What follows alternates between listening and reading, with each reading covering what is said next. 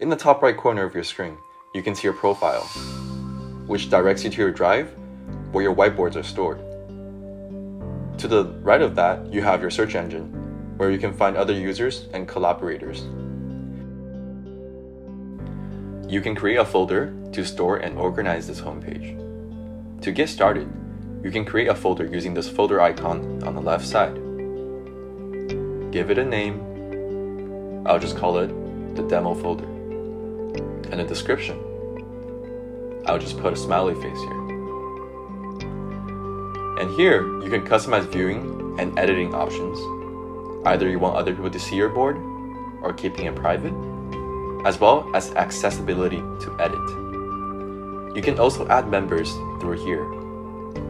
So let's search up some of my friends. Sid and Yiming. Adding members is optional when creating a folder, but you're always welcome to collaborate.